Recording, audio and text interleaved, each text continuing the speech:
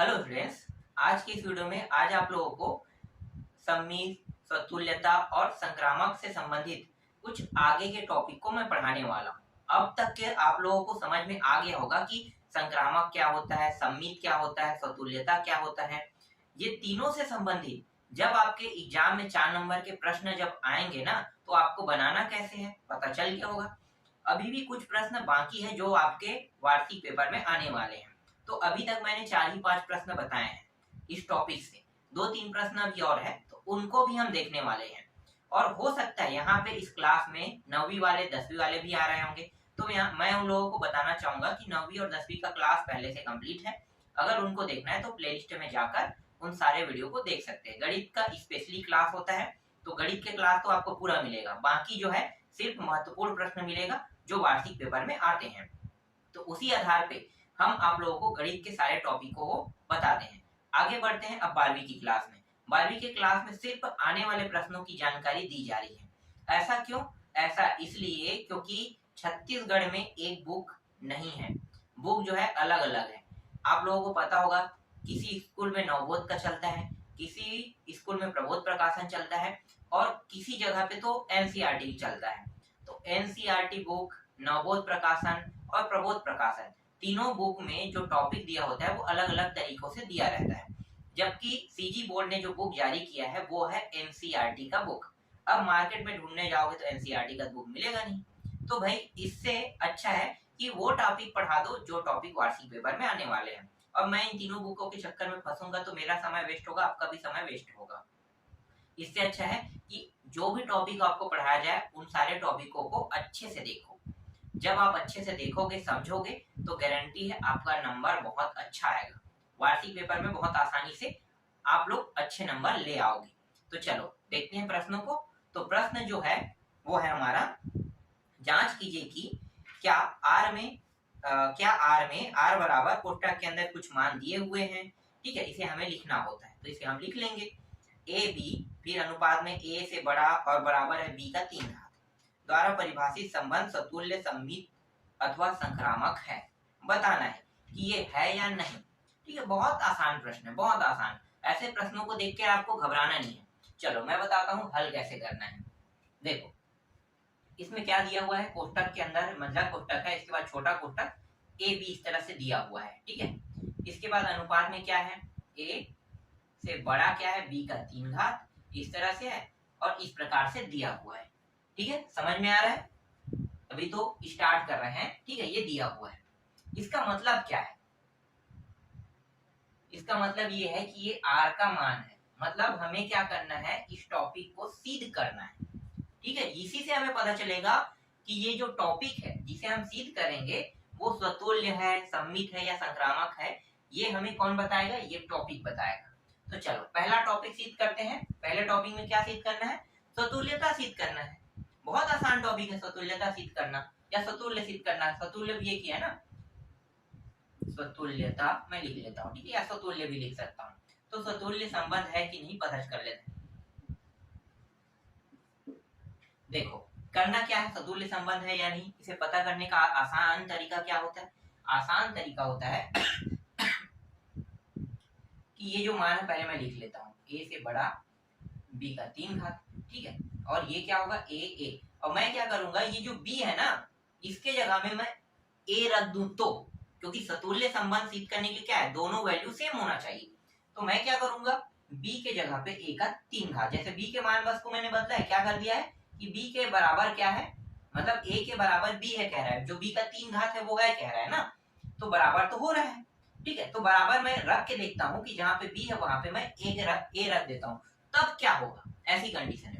तो देखो यहाँ पे मैं मान अगर 1 रखता हूँ तो ये क्या होगा, 1 का 3 घात। ठीक है, यहाँ तो ठीक है, कंडीशन सही आ रहा है क्योंकि 1 का मान रखने पर क्या आ रहा है, 1 का 1 आ रहा है। ठीक है, ये तो सही हो रहा है, चलो ये मैंने सही ले लिया। लेकिन दूसरा वैल्यू मैं रख के देखता हूँ। ठीक है, क्योंकि एक वैल्यू से हम सिद्ध नहीं कर सकते किसी भी टॉपिक को, तो हमें क्या करना होता है, हमें दूसरा वैल्यू भी रखना होता है। तो हम क्या करेंगे, 2 रख के देखते हैं। ए का मान मैंने 2 रखा, यहाँ भी 2 रखा, 2 का 2 घात कर दिया, कितना हो जाएगा, 2 से बड़ा बराबर 4। क्या ये पॉसिबल है? ये पॉसिबल हो नहीं सकता। अगर ए बराबर है तो क्या होना चाहिए, a का 3 घात का जो मान है वो भी उतना ही आएगा, लेकिन दोनों वैल्यू सेम है a और a, तो a और a में कैसे बराबरी कर सकता है, क्यों, क्योंकि a जो है और a का 3 घात है वो तो बराबर हो ही नहीं सकता, हो ही नहीं सकता, है ना। तो क्या करेंगे कि ये बराबर नहीं है, कैसे, यहाँ पे हमने साबित कर दिया उदाहरण देखिए। तो इस प्रकार से ये नहीं है, और होना क्या चाहिए a और a, ना कि a का 3 घात होना चाहिए, ठीक है। a और a इस प्रकार से अगर प्राप्त होता, ठीक है, इस तरह से प्राप्त होता तो क्या करते, तब हम इसे सममित है कहते हैं, सॉरी सतुल्य कहते हैं, सतुल्य संबंध नहीं है। तब हम क्या करेंगे कि ये जो टॉपिक है वो सतुल्य संबंध नहीं है। समझ में आ गया, क्यों नहीं है पता चल गया, क्योंकि यहाँ पे देखो 2 और 4, अगर 3 रखते तो 9 आ रहा है, तो हो ही नहीं सकता बराबर, जबकि हमारा दोनों मान क्या होगा, अगर 1 रखें तो यहाँ पे 1 होना चाहिए, 2 रखें तो यहाँ पे 2 आना चाहिए, समझ में आ रहा है, 3 रखेंगे तो यहाँ पे 3 ही आना चाहिए, तभी क्या होगा, ये सतुल्य संबंध माना जाएगा। चलो अब इसके बाद दूसरा जो हमारा टॉपिक है वो क्या है, संक्रामक, है ना, संक्रामक संबंध। देखते हैं संक्रामक संबंध है या नहीं, ठीक है। वही वैल्यू हम फिर से ले लेते हैं, क्या है अभी हमारा वैल्यू a और ये b का 3 घात, ठीक है, a और b का 3 घात।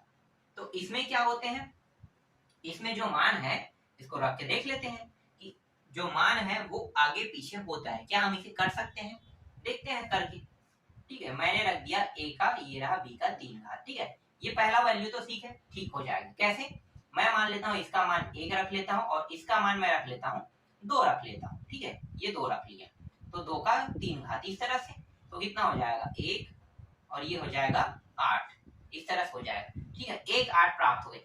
क्या अब हम 8 को क्या कह सकते हैं, छोटा कर सकते हैं 1 से, क्या मैं कर सकता हूँ, ध्यान दो, क्या 1 के बराबर 8 है, बिल्कुल नहीं है। क्या 1, देखो 1 से बड़ा क्या है, 8 तो है, लेकिन जब मैं अपोजिट करूंगा इसे, मान लो इस तरह से, तो क्या 8 से बड़ा 1 हो सकता है, पॉसिबल ही नहीं है, क्योंकि 8 संख्या में बड़ा है, किससे, 1 से कई गुना बड़ा है, तब हम 8 को कोई भी कंडीशन में छोटा नहीं कह सकते। और ये जो मुंह खुला, ये क्या बता रहा है, जिस साइड ये मुंह खुला होता है ना, लेस देन ग्रेटर देन जानते हो, ठीक है, या फिर आप इसे क्या कहते हैं, बड़ा छोटा कहते हो, ठीक है। ज्यादा इंपॉर्टेंट देख लो क्या चीज है कि ये जो मुंह जिस साइड खुला रहता है वो साइड के जो मान है वो क्या होता है, बड़ा होता है। अगर मैं मुंह ऐसे खोल दूंगा तो ये मान बड़ा हो जाएगा, और मुंह इधर खुला है तो मतलब ये मान क्या होगा, बड़ा होगा। तो क्या ये पॉसिबल है कि 8 से बड़ा 1 हो सकता है, बिल्कुल नहीं हो सकता। तो क्या ये जो संक्रामक संबंध साबित हो रहा है, नहीं हो रहा है। तो आपको क्या करना है, यहाँ पे लिखना है कि ए बी, ठीक है, ये तो हो सकता है, ए बी ये हो सकता है, देखो 1 और 8 प्राप्त हो गए, ये हो सकता है, लेकिन उल्टा नहीं प्राप्त किया जा सकता। तो मैं क्या करूंगा, बी ए और ये काट दो, और यहाँ पे लिखो ये सारी संक्रामक में बोल दिया, क्या ये सम्मित होना चाहिए, मैं सम्मित बता रहा हूँ अभी, ठीक है, थोड़ा सा देख लेना, मैं जल्दी जल्दी में संक्रामक कह दिए, इसे सम्मित है। सेम सेम नियम है उसका भी, थोड़ा सा चेंज होगा, ठीक है। तो यहाँ पे क्या लिखोगे, सममित संबंध, और ये कटा है वो क्या बता रहे हैं, नहीं है, ठीक है, ये समझ में आ गया कि ये सम्मित संबंध नहीं है, ठीक है। आगे देखो, अब आते हैं तीसरा वाला जो टॉपिक है वो संक्रामक है, संक्रामक, और इसको हम कैसे साबित करेंगे, बिना एग्जाम्पल के तो साबित नहीं कर सकते, तो जिस तरह से मैंने एग्जाम्पल लिया उस तरह से आप एग्जाम्पल ले सकते हो, ठीक है। तो यहाँ पे देख लेते हैं, यही मान फिर से उठा लेते हैं, a से बड़ा b का 3 घात, ठीक है, यहाँ तक हम पूरा ले लेंगे, इस प्रश्न में हम यहाँ तक पूरा ले लेंगे, कहाँ तक, यहाँ तक। तो मैं यहाँ पे पूरा स्टेप ना लिख के ना डायरेक्ट अंतिम पॉइंट को लिख लेता हूँ, 1 से बड़ा 8 इस तरह से लिख लेता हूँ, 1 से बड़ा 8 हो गया, ठीक है। अब क्या करेंगे, दूसरा जो कंडीशन होता है उसमें क्या करेंगे, इस 8 को a के वैल्यू के बराबर मानेंगे, किसको, 8 को। तो देखो ये रहा 8 के वैल्यू के जगह, और जैसे हमने क्या किया था, ये वैल्यू जो है वो किसका है, 2 का था ना, तो हमने क्या, अब हम क्या करेंगे, 3 के रखेंगे, तो 3 के वैल्यू 3 घात करेंगे तो कितना हो जाएगा, 27 होगा ना। देखो ये b का मान है, अब सेकेंड बार क्या रखेंगे, 3 रखेंगे ना भाई, तो ये कितना हो जाएगा 27। तो 8 से बड़ा और बराबर क्या है 27, ये सही है। मतलब ये भी वैल्यू सही हो रहा है, ये भी वैल्यू सही हो रहा है। देख लो 1 से बड़ा 8 है, 8 से बड़ा 27 है, ये भी कंडीशन सही हो रहा है। ठीक है, लेकिन नेक्स्ट जो कंडीशन वो क्या कहता है, नेक्स्ट कंडीशन क्या कह रहा है, नेक्स्ट कंडीशन ये कह रहा है कि एक, ठीक है, और ये जो पहला पॉइंट है और ये जो तीसरा पॉइंट है इसको लेना है। तो इसमें अंतर जो है ना बहुत ज्यादा का हो रहा है, इसमें अंतर जो है वो बहुत ज्यादा का हो रहा है।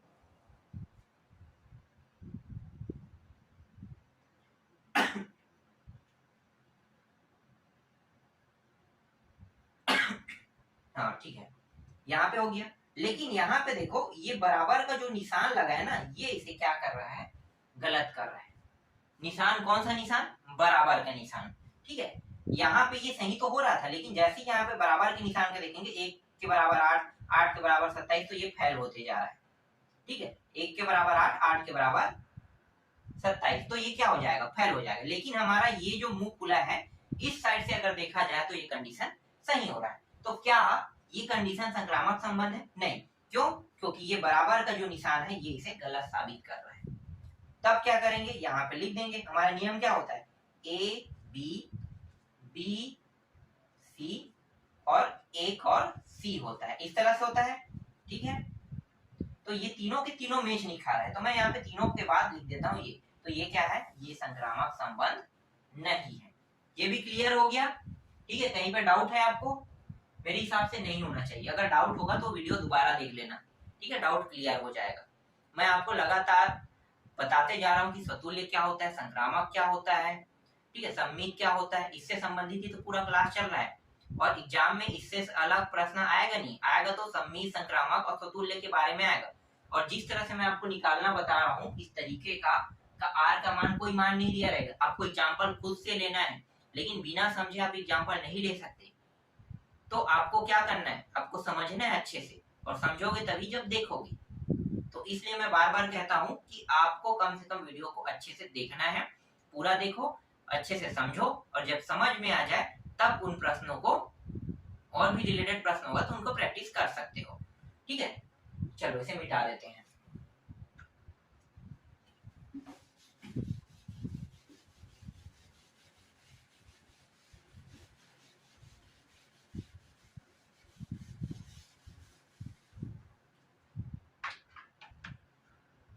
अगला प्रश्न देखते हैं।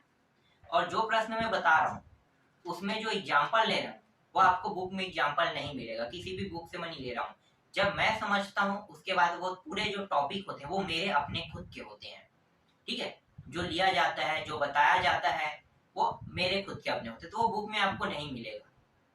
बस बुक में आपको थोड़ा सा टफ टाइप में बता दिया जाएगा कि ऐसे होता है, आप ढूंढते रह जाओगे कि ये कैसे हुआ है, फिर कैसे बनाना है, ये आपको समझ में नहीं आएगा। इसलिए वीडियो को अच्छे से देखो, पूरा समझ में आ जाएगा। चलो आगे देखते हैं। अगला जो हमारा प्रश्न है उसमें 2 प्रश्न दिए हुए हैं, तो पूरा प्रश्न पढ़ने की आवश्यकता नहीं है, सीधा मैं प्रश्नों को ही देख लेता हूँ। दोनों जो प्रश्न दिए हैं ना उनको देख लेते हैं। पहला क्या दिया हुआ है, पहला दिया है कि r बराबर एक्स वाई दिया है, फिर एक्स तथा वाई एक ही स्थान पर कार्य करते हैं। अगर ऐसी स्थिति हो ना कि कोई एक ही स्थान पर कार्य करते हैं, तो समझ जाओ कि ये सम्मित है, स्वतुल्य, संक्रामक, सब चीज हो जाएगा ये ऑटोमेटिकली, क्योंकि ये क्या कर रहा है, एक ही स्थान पे कार्य कर रहा है। तो अगर ऐसे प्रश्न जब आपको देखने को मिलता है जो ये कहता है कि आर जो है, जैसे कि यहाँ पे प्रश्न क्या दिया, 1 मिनट, इसका तो स्याही खत्म हो गया, मैं इसके स्याही रिफिल कर लेता हूँ।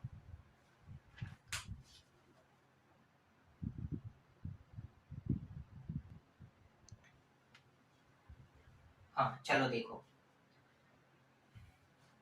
तो यहाँ पे जो प्रश्न हमें लेना है वो क्या है, r बराबर दिया हुआ है, यहाँ पे x दिया हुआ है, यहाँ पे y, फिर x और यहाँ पे y दिया है, और ये क्या है, x और y एक ही स्थान पर कार्य करे,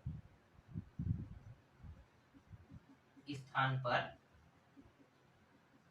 कार्य कर रहा है।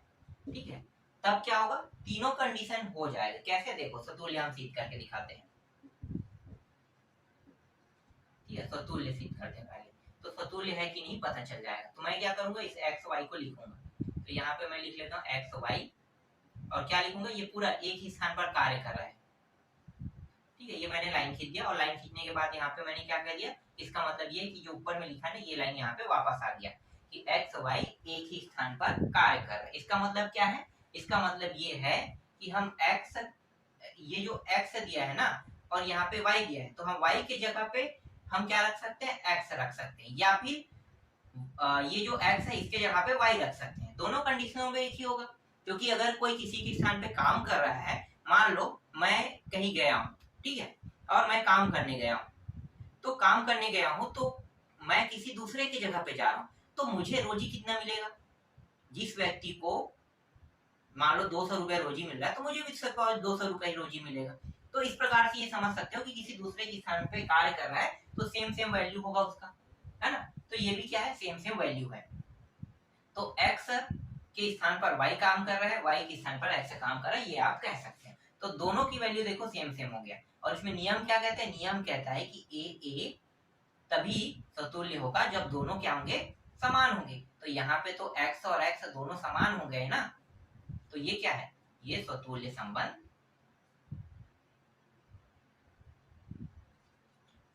है, बस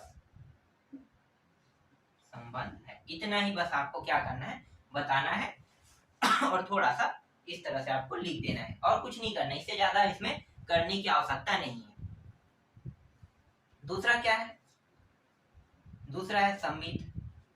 मैं बार बार आप लोगों को ये चीज बता रहा हूं कि स्वतुल्य, सम्मित, संक्रामक, और इससे रिलेटेड मैं एक दो प्रश्न बताने के बाद में इसे छोड़ सकता था, लेकिन मैं बार बार आपको क्यों बता रहा हूँ, हालांकि आप लोग वीडियो नहीं देखते हो, पर आपको देखना चाहिए, इसलिए बता रहे हैं क्योंकि डायरेक्ट यही प्रश्न उठा के एग्जाम में आ जाए तो, क्योंकि ये इतना मोस्ट आईएमपी प्रश्न है, इतना इंपॉर्टेंट प्रश्न है कि ये डायरेक्ट उठा के एग्जाम में दे देगा। और अगर आप बाहर से पढ़ते हो और उनको कहोगे कि ये डायरेक्ट उठा के आ जाएगा, तो उसकी गारंटी मैं नहीं दूंगा, क्योंकि इनकी गारंटी मैं दे सकता हूँ। इसीलिए इनको बार बार आपको बताया जाता है कि अगर ये डायरेक्ट प्रश्न यही आ जाए ना, तो फिर बनाना कैसे है। ठीक है, आप लोग देखते हो प्रश्नों को, उसके बाद सोचते हो कि इसका सॉल्यूशन क्या हो। अरे पता तो करो कि सॉल्यूशन कैसे हो सकता है, क्योंकि जो तरीके होते हैं, जो थॉट होते हैं, वो हर में थोड़ा थोड़ा चेंज होता है, और चेंज होने की वजह से क्या होता है, पॉइंट अलग हो जाता है, बस इतना ही तो होता है। चलो अब देखें सम्मित। तो सम्मित सिद्ध करते हैं, यहाँ पे मैं x और यहाँ पे y को ले लेता हूँ, बहुत आसान है। ये फिर क्या करे, एक ही स्थान पे कह रहा है, तो एक ही स्थान पे कह रहा है, तो हमें क्या करना है, कुछ चेंज नहीं करना है ज्यादा कुछ। ठीक है, इसका नियम क्या होता है, x और y ये पूरा लिखना है, यहाँ पे एक ही स्थान पे है लिख लेना, यहाँ भी एक ही स्थान पर है लिख लेना। ठीक है, अब क्या करेंगे, y के स्थान पे x आ जाएगा, जस्ट ऑपोजिट कर देंगे। देख लो, यही तो नियम पालन कर रहा है ना, ये देखो x और y और y x, अगर ये नियम पालन करता है तो ये एक ही स्थान पर है, और ये क्या सम्मित है। तो यहाँ पे आपको क्या करना है, कुछ ज्यादा नहीं करना है, यहाँ पे इस तरह से एक्स वाई ले लेना है इस तरह से, और इसके बाद यहाँ पे तथा y और एक मान क्या है x, है ना, और इस तरह से लिख देना है। क्या हो गया, ये देखो यहाँ पे हमने काटा क्या, बिलोंग को नहीं काटा ना, नहीं काटा है, इसका मतलब ये है कि ये सम्मित है। फिर इसी बात, जब एक स्थान पे कोई भी चीज कार्य करता है तो वो आगे पीछे दोनों हो सकता है, इसका मतलब ये है कि ये सम्मित पॉसिबल है। फिर तीसरा जो कंडीशन है वो क्या है, संक्रामक। संक्रामक, ठीक है, संक्रामक है या नहीं, कैसे सिद्ध करोगे, फिर वही मान उठा लेते हैं, x और y फिर लिखोगे, एक ही स्थान पर है, ये पूरा आपको लिखना है, यहाँ पे एक ही स्थान पर है। ठीक है, उसके बाद क्या करोगे, y z ऐसे करोगे तो भी एक ही स्थान पे होगा, फिर x और z, ये भी क्या है, एक ही स्थान पर है, बिल्कुल होगा एक ही स्थान पर, x और y एक ही स्थान पर है तो y और z भी एक ही स्थान पर रहेगा। और जब y और z एक ही स्थान पर है, इसका मतलब क्या है कि y के साथ पहले से x है, z स्थान पर है, तो y की जगह में हमने क्या कर दिया, रिप्लेस कर दिया किसको, z को, तो क्या हो गया, x और z आ गया, तो x और z भी क्या हो गया, एक ही स्थान पे है, इसका मतलब ये नियम को पालन कर रहा है। तो इस तरह से y z और ये क्या है, नहीं x z ना, और ये क्या है, ये भी इस नियम का पालन करे, इसका मतलब क्या है, ये संक्रामक है। क्लियर हो गया, ठीक है। नेक्स्ट जो प्रश्न है ये आप लोग खुद बना के देखना। ठीक है, कुछ ऐसे प्रश्न होना चाहिए, जो आप लोगों के लिए होमवर्क के तौर पे तो होना ही चाहिए। तभी तो आपको समझ में आएगा ना कि आप लोग जो वीडियो देख रहे हो, जितनी आसानी से सॉल्यूशन आपको बता दिया जाता है, उनमें अगर कोई क्वेश्चन दे दिया जाए तो उन्हें कैसे बनाया जाए। तो चलो, इसका जो दूसरा प्रश्न है उसको मैं आपको दे देता हूँ होमवर्क के तौर पे। अपने तरीके में अगर आप लोग बना लेते हो तो समझ जाओ कि आप लोग बनाना सीख गए। एक्स है, वाई है, और फिर एक्स वाई के यहाँ पे पीता है लिख दो। ठीक, इस तरह से दिया हुआ है, बस इतना ही दिया है। बस आपको क्या बताना है इसमें बताना है सतुल्य बताना है, सममित बताना है और संक्रामक बताना है। अगर ये आप लोगों ने बता दिया तो समझ जाओ कि आप पूरे प्रश्नों को बनाना सीख गए। अगर नहीं बना पाए तो समझ जाओ कि आपका क्या होगा, कि आप 4 नंबर इसमें ला पाओगे या नहीं ला पाओगे, ये प्रश्न डिसाइड कर देगा आपका।